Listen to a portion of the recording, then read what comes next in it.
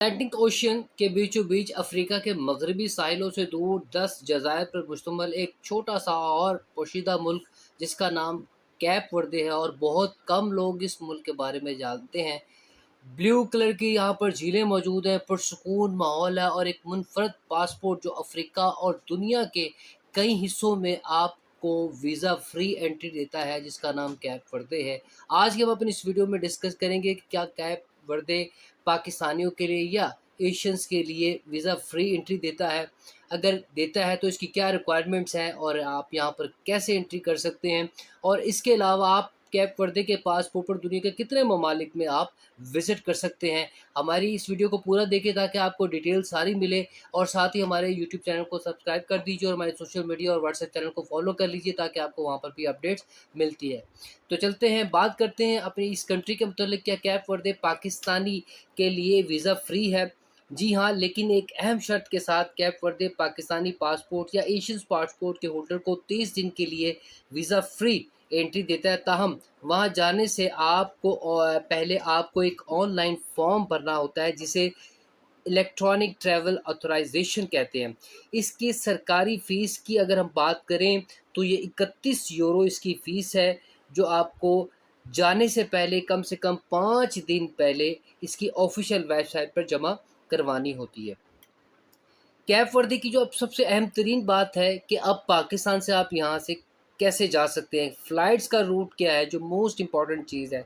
पाकिस्तान से कैप वर्दे जिसका main international airport जो है वो पेरिया या फिसाल है, इसके लिए कोई डायरेक्ट फ़्लाइट पाकिस्तान से नहीं जाती, लिहाजा आपको एक कनेक्टिंग फ़्लाइट लेनी पड़ती है जो आम तौर पर हफ्ते में दस्तयाब होती हैं।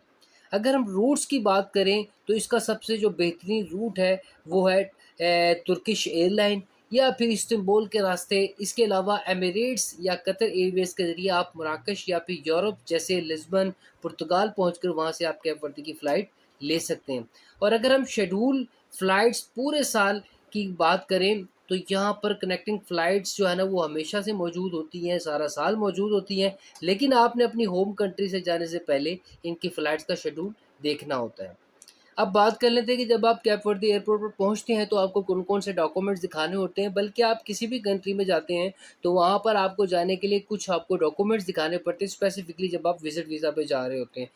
सबसे पहले आपका एक जो पासपोर्ट है वो कम से कम 6 माह तक जो है ना वो वैलिड होना चाहिए। उसके बाद आपके पास ईएसई यानी आपने जो इलेक्ट्रॉनिक जो वीज़ा लिया था, प्रिंट आउट लिया था, उसका आपके पास एक हार्ड कॉपी होनी चाहिए, रिटर्न टिकट होना चाहिए, और इसके बाद होटल बुकिंग के आपने कहाँ पर रहना है, और एक लास्ट में आपके पास एक बैंक स्टेटमेंट होनी चाहिए जो बहुत ही शॉर्ट सी होती है 30 दिन के लिए, कि आप वहाँ पर 30 दिन के लिए आप किस तरीके से जो है ना वो अपने गुज़ारेंगे, एक्सपेंस कैसे बेयर करेंगे।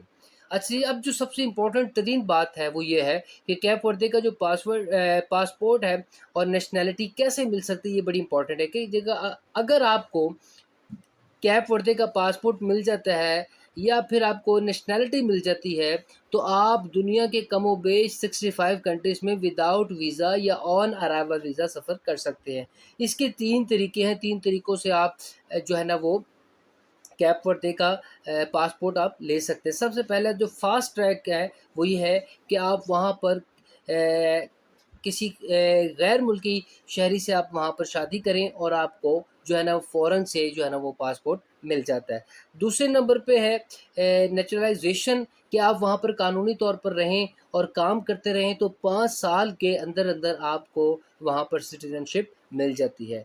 और तीसरे नंबर पे है इन्वेस्टमेंट, कि अगर आप हुकूमत के साथ गवर्नमेंट लेवल पर कुछ इन्वेस्टमेंट करते हैं तो भी आपके लिए शहरियत का रास्ता, नेशनैलिटी का रास्ता खुल जाता है। अब हम बात करते हैं कि कैप वर्दे के पासपोर्ट पर आप कितने ममालिक में सफ़र कर सकते हैं। तो इसमें मैंने जैसे कि आपको पहले बताया कि आप 60 से लेकर 65 कंट्रीज़ में आप वीज़ा फ्री या वीज़ा ऑन अराइवल सफ़र कर सकते हैं। या अगर आप किसी और कंट्री जैसे शेंजन हो गए, यूरोप कंट्रीज़ का आप वीज़ा अप्लाई करते हैं तो उसमें आपको प्रॉब्लम नहीं होगा, वीज़ा लेना पड़ेगा लेकिन आपकी रिजेक्शन ना होने के बराबर होगी। इस पासपोर्ट का सबसे बड़ा फ़ायदा ये है कि ये मगरबी अफ्रीका के जो ऑर्गेनाइज़ेशन है, जैसे सेनेगाल हो गया, घाना हो गया, नाइजीरिया हो गया, यहाँ पर तो आपको बिल्कुल भी वीज़ा जो है ना वो लेने की ज़रूरत नहीं, जस्ट आपकी एंट्री है, आपने टिकट लेना है और आपने चले जाना है। इसके अलावा सिंगापुर आप जा सकते हैं, हांगकांग जा सकते हैं और इसके अलावा दीगर जो कंट्रीज़ हैं वहाँ पर भी आप जा सकते हैं। इनकी पूरी लिस्ट मैं अपने वीडियो के डिस्क्रिप्शन में ऐड कर रहा हूँ, आप वो देख लीजिएगा।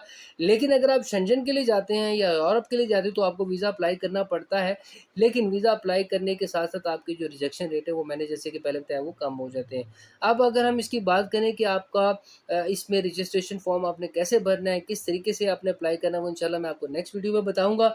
लेकिन अगर आप कैप वर्दे जाना चाहते हैं तो आपको ये सारी चीज़ों को देखना, उनको परखना बहुत ज़्यादा ज़रूरी है। इसमें जो मोस्ट इम्पोर्टेंट चीज़ है वो ये है कि पाकिस्तान से इसकी डायरेक्ट फ़्लाइट नहीं जाती, पाकिस्तान से आपको कनेक्टिंग फ़्लाइट लेनी पड़ेगी और इस कनेक्टिंग फ़्लाइट में आपको या तो तुर्किश एयरलाइन का इस्तेमाल करना पड़ेगा या एमिरेट्स का इस्तेमाल करना पड़ेगा या पोर्चुगाल से जो है ना वो आपको कैप वर्दे की फ़्लाइट लेनी पड़ेगी, ठीक है। अब यहाँ पर जो एक और चीज़ आती है वो आ जाता है इसका ट्रांजिट वीज़ा, कि वो ट्रांजिट वीज़ा हम कैसे लें।